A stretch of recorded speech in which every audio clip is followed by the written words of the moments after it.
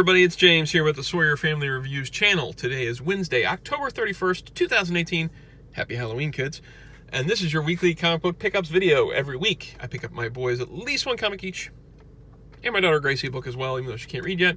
Oftentimes it's more than one book, but I always pick up all my books at Queen City Comics in Fairfield, Ohio. Zip code 45014. If you're into comics, go check out the shop. All right, let's jump in. First up, of course, as always, the True Believers reprints. These are $1 reprints of old Marvel comics that tie into a specific thing that's going on. Right now, it's the relaunch of a bunch of What If titles. Or I guess not relaunch of titles, but relaunch of the What If concept in new comics. And so they're reprinting some of these old What Ifs. There are two today. The first one is, what if the Fantastic Four had different superpowers, where the FF, instead of having their traditional powers, get different powers and become Mandroid, Big Brain, Big Brain. Check out the Big Brain on Brad. Ultra Woman and Dragonfly. And this panel on the front doesn't appear in the book, if I'm not mistaken. They don't actually fight the original Fantastic Four. The original Fantastic Four appear at the beginning of the book, but then it switches to the What If type timeline, and the different powers take over. This is written by Roy Thomas with Jim Craig and Rick Hoberg on pencils, and it's a reprint of What If number 6. The funniest thing to me, though, is, well, the most interesting thing, is what happens to Reed. Yeah, Dr. Doom appears. Let's go back a few pages here. Reed is a brain.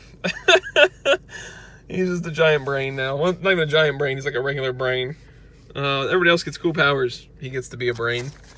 But he talks to people in their heads. And of course they fight Dr. Doom and do Fantastic Four type stuff. Alright, that's the first one. Next up is, what if Legion had killed Magneto? Enter now the Age of Xavier. So Legion, instead of going back in time and killing Charles Xavier and starting the Age of Apocalypse, he goes back in time and kills Magneto. And how that would change the timeline is revealed in this book. Yeah, the art is very 90s. It's a very 90s looking book. The art isn't the best in the world. It's kind of like, it feels like all the Image guys were gone. All the Marvel guys were gone to form Image, and they were doing their thing. And that Marvel was trying to get guys that looked like Image guys, basically. That's what it feels like to me. Ben Powell on the story with Warren Ellis doing dialogue. That's interesting. Hector Gomez doing pencils. Let's go back. I think I spotted the Indicia type stuff there. There we go. It's a reprint of What If number 77. And so this was what happens in the book. They go back in time, and Xavier dies. Or not Xavier dies, but Magneto dies. And this is how that would affect the whole X universe. So that would be kind of fun. Get those off to the side.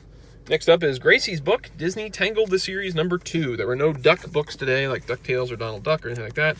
So she got this. She loves Tangled, though, and I really appreciate the art on this book.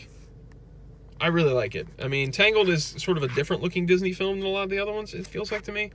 But this art doesn't really match the movie so much, but it is a really cool art style. And that's written by Katie Cook, art by Eduardo Petrovich.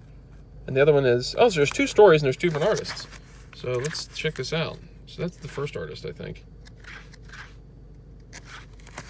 Maybe it's not. Too many ads. Well, I guess maybe they just have very similar art styles, because this looks the same throughout the book. Alright, so that's hers. Sorry, my stacks are going crazy over here. Now, I had a tough time picking different books for Blaze today. There were, I think, 3 or 4 books that he's interested in right now. But I only grabbed 2 of them. And Keaton, I can only find 1 book that he would interest in currently, so I had to grab a back issue. Now, I know he has a copy of X-Men number 1 from Jim Lee. It's either a reprint, he has some kind of version of it. So I was like, you know what, I'm going to go back in the X-Men back issues and grab issue 2. We've been kind of on an X-Men kick lately. We're going to rewatch all the movies and stuff. So I got him this by Chris Claremont and Jim Lee. This is X-Men number 2 from back in 1991. Man, this old Jim Lee X-Men art is so awesome. Look at that. Look at that 2-page spread. That is so cool, man.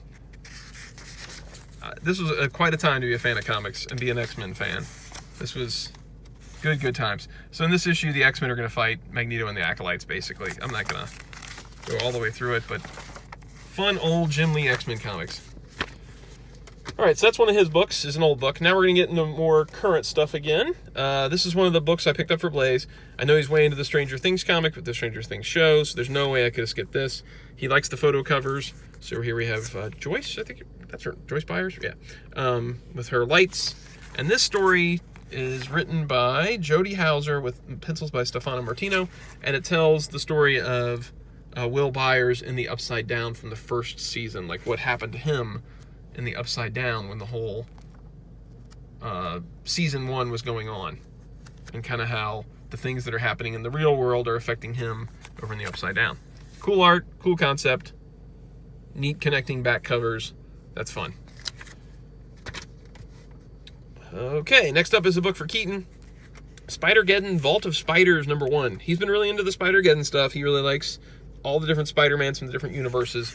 And this one, I guess, just kind of tells some stories of different Spider-Men from different, the different dimensions. Feast your eyes on the spectacular beginnings caught in the web of life and destiny, for this may be the end of every Spider-Man ever. Vault of Spiders. The Spider-Man army triumphed, stinging the army in a regular planet. The not activities, all that stuff. So we got prologue written by these guys, then Web Slinger written by these guys. I'm not going to read all these dudes, but there's some cool stuff in here. There's like this prologue thing where it's showing all these different Spider-Mans and different universes. And then there's a story with like an old West Spider-Man. That looks pretty fun. That's the thing that enticed me to pick up the book. I was like, okay, that's pretty neat. And then there's this black and white one, which is like supposed to look like a Japanese comic, like a manga. And I'm guessing that has to do with the spider robot that's from the Japanese television series, maybe. And there's this one, which is Spider Bite, which is like this computerized one. And then like this savage-looking Spider-Man. So that'll be fun. He'll like that. Next up is X-Men Black, #1, Emma Frost, #1. I did talk to Blaze about X-Men Black last week, and he really has enjoyed it so far. So I'm glad I made the decision last week to get the X-Men Black instead of the Return of Wolverine for him. I read Return of Wolverine, and it wasn't that great. It very much felt like that deconstructed storytelling, where I read Return of Wolverine 1 and 2, and it felt like both of those issues could have been one issue. It really felt quite spaced out, and it's jarring to see two different artists on two different issues on a miniseries that quickly. It's just not my thing. Okay, so this one is by Leah Williams and Chris Baccello doing the pencils. I think that's how you say it. It's Baccello, I don't know. And that story, and then the secondary story is by Zach Thompson and Lonnie Nadler with Geraldo Borges. So these X-Men Black issues are just like little one-shots of all the X-Men villains, and then the backup story is just different pieces of a overall apocalypse story. And this one is all about White Queen, Emma Frost. Looks like Rogue appears in the book. I like Chris Baccello, however his name is, say his name.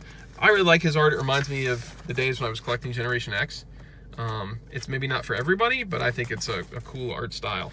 So there's her story, and then there's the Apocalypse story in the back. I think we have all of these except for Mystique. I still have the Mystique sitting on the stack, and I'm just waiting for a week where Blaze doesn't have an overabundance of books. Daredevil also came out that would be up Blaze's alley. I didn't get that because I had to pick and choose. And there was a Planet of the Apes book that I thought Keaton might be interested in. It had like 3 different stories from 3 different kind of timelines of Planet of the Apes, or like spots in time. And the first one especially, Armando and his circus, there was a story in that in the beginning, but the thing was $8. I couldn't justify it. I couldn't buy it for $8. Next up is Old Man Logan #50 for me. Why did I get this? It's the final issue of Old Man Logan before it becomes Dead Man Logan, but this is why. I'm a sucker for Maestro Hulk. Like if I open a book and I see Maestro Hulk's in it, I'm kind of tempted to find out more about what's going on. And so when I flipped this one open, there was a fight scene between Maestro Hulk and the Old Man Logan, which I won't show.